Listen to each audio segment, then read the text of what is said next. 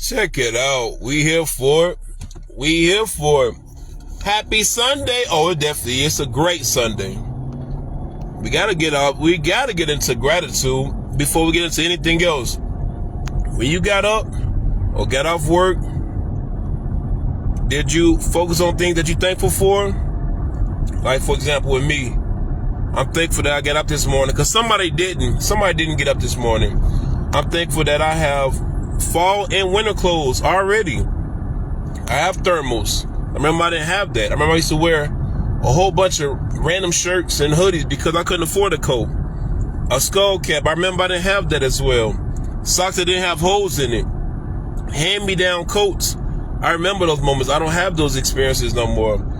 I'm thankful that once again, the lights on the dashboard. It's a blessing. I had a glitch before, but now I haven't. I'm thankful.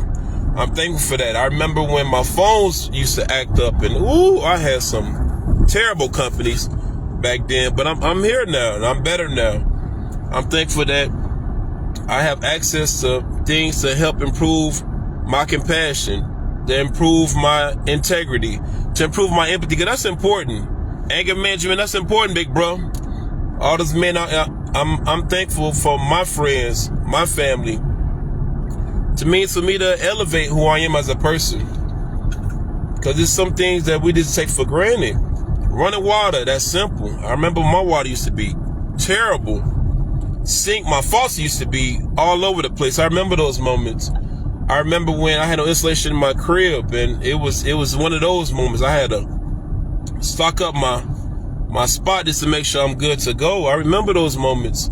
I remember I used to go to the soup kitchen. I remember all my foods came out of can good. I remember that.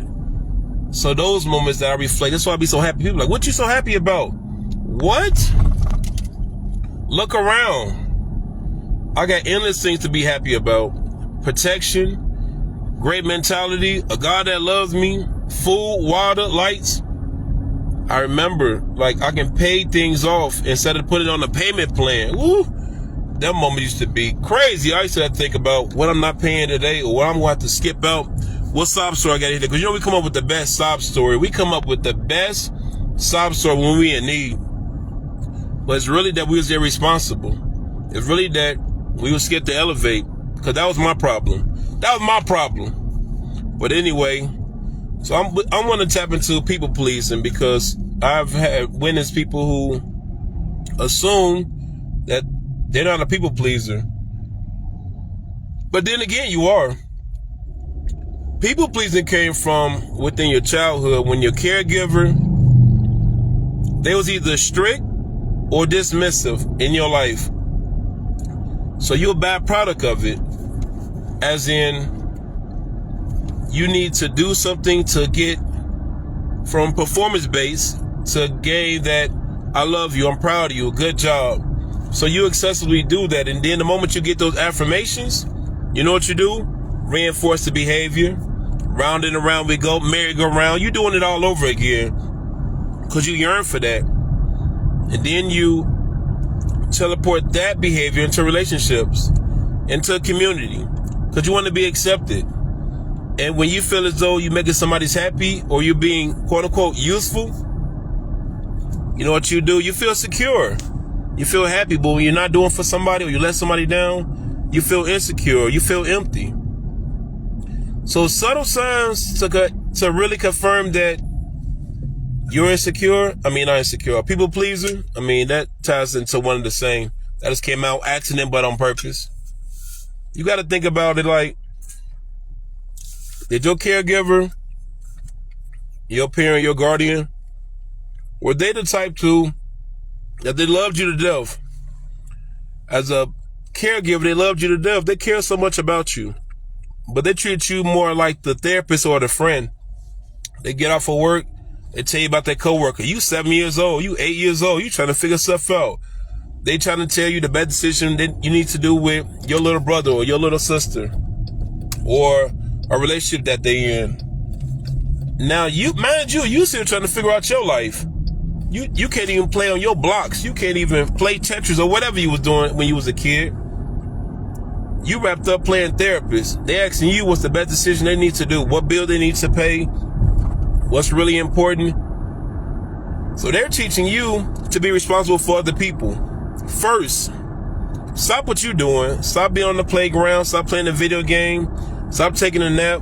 Stop doing your homework.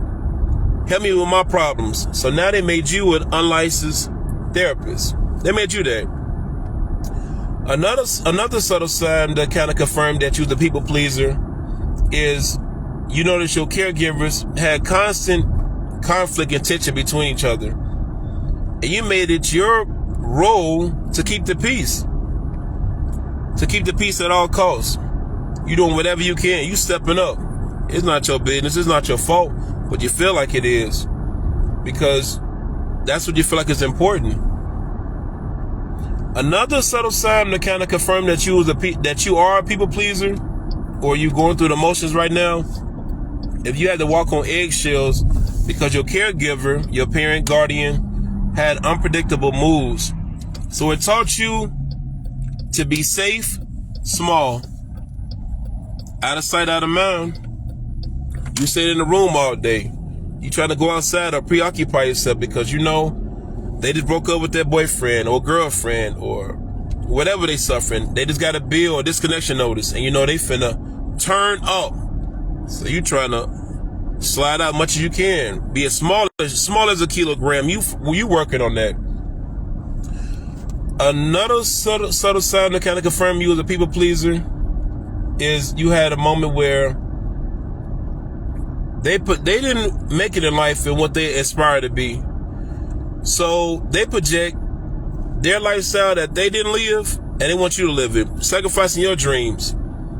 Well, you need to be a doctor, you need to be a lawyer, you need to be a nurse, you need to be in landscape, you need to be in construction, you need to be in baseball, you need to be in basketball, you need to be a cheerleader. It's you telling me things that I probably don't even like, but you telling me I'm gonna like it now because I'm under your roof. I'm under your roof, so I gotta deal with what you tell me, and it's traumatizing. And it really takes a toll on us because they don't see how empty we feel because we once again putting somebody else's needs above our own. It's making us feel in second place. We feel bitter, a sense of resentment, but you want to make your caregiver proud. You want to make your mom proud. You want to make your parent proud, your guardian proud of you.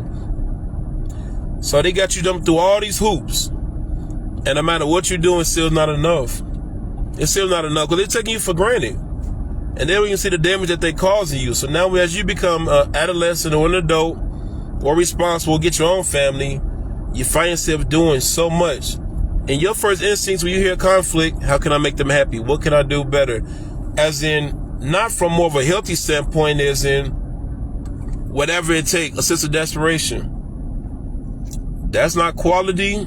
That's not self-assurance. That's not self-love. They teach you to be codependent because as long as your counterpart, your friend, coworker, whoever is giving you accolades, cheering for you in the stands, you ready to go. You ready to take off like a rocket. But the moment they stop, now you feel like a crackhead. You get to scratching yourself. Like, hold on, I need that fix. So now you're gonna try to find it on social media. That don't work.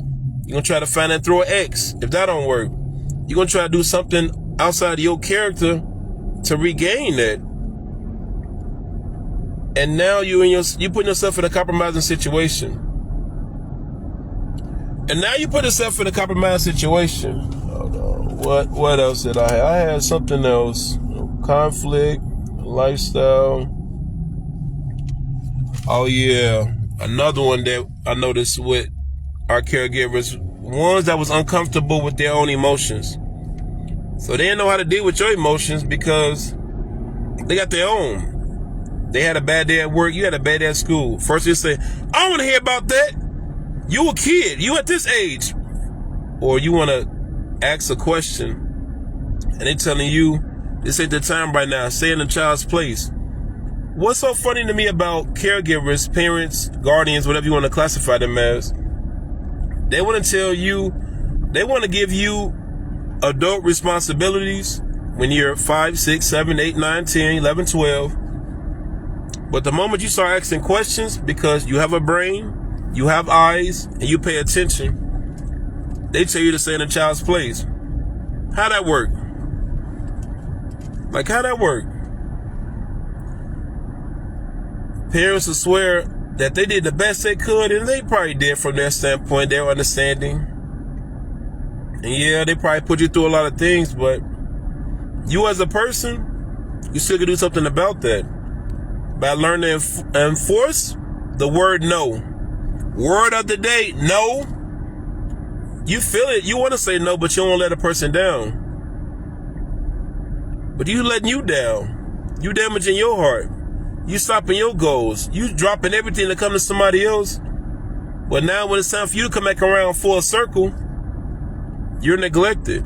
You're hurt. You're tired. You're hungry. You burnt out. You frustrated. And now you throwing this song out. I'm tired of looking out for everybody. I'm tired of being there for everybody. No, you're not. You tired of people not giving back. You're not tired of helping. You've been programmed. Big bro, you've been programmed. Miss ma'am, you've been programmed to be everything for everybody else. Don't worry about you. You don't need to worry about you.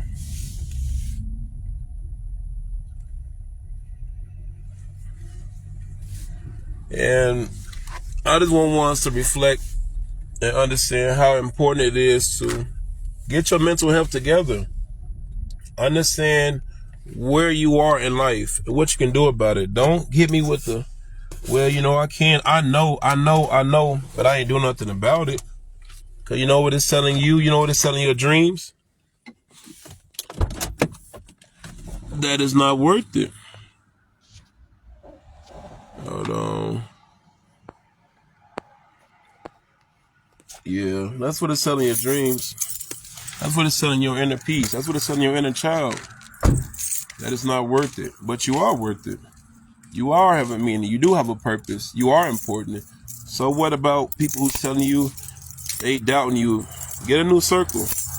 Get you the circle that really care about you. That when you tell them good news, they flip over backwards. The ones that when they hear about what you got going on, they want to create a big celebration. They want to get you blushing and embarrassed because they're so happy for you, because we're not used to hearing that. We don't have that brotherly love, that sister love where we get good news or we tell about a person about the idea and somebody want to help us get to it quicker because they want to see us succeed. We don't have that enough. And it's so surprised when we get that good energy, we move different. We operate different. But now you start putting it into yourself, because that's where the discipline comes in, because be prepared for them to switch up on you, though, because our greatest joy has become our greatest pain in our life. We all experienced it, whether it was from a relationship, friendship, job, loved it all until things got complicated.